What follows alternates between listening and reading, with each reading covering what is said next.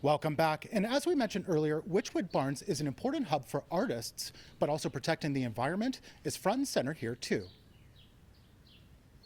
Each point represents a different tree on the Barnes property. Noah Leach is on a mission. The high school student is tracking trees. Looking at the characteristics of the tree in the book, you can sort of rule out certain things. Using guides, tools, or smartphones to identify all the trees at this property, he can calculate how much carbon dioxide is absorbed. It helps them understand that, by taking care of the trees in their neighborhood or planting more trees, they can actually have a positive impact on climate. And all of a sudden they go from being a student who's learning some theory to I'm actually a researcher. Paul Miro heads up a charity called EcoSpark. They're based here at Wychwood Barns, and they work with youth and other residents across Toronto. The aim is to foster a community of citizen scientists. Many young people are really, suffering anxiety as they think about climate change, and they feel like, what can I do? Participants here share their findings through online communities like iNaturalist. That's kind of what we're looking at, is how do we help people realize we can reconnect with nature?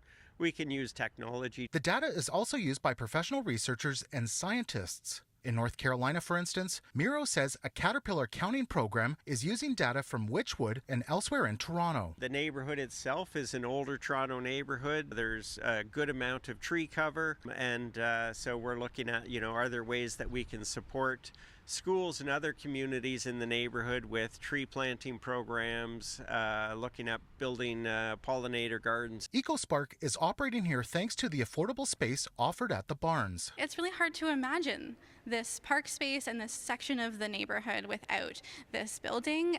The community were so invested in it. Dane Jesperson helps coordinate the programming here. This space is home to artists and theater groups too. She says the surroundings in Wychwood are as welcoming as the building itself. I find this neighborhood incredibly pleasant. It's very family-oriented. It's very friendly. If you're out for a hike in the neighboring areas, take your phone. You see something you don't know what it is, look it up on iNaturalist. They'll help you figure out what it is so you get a better understanding of all the plants and animals you share the planet with. So EcoSpark has a bio blitz this weekend and also has a whole bunch of other ongoing environmental initiatives. And we'll have more on all those at citynews.ca later on.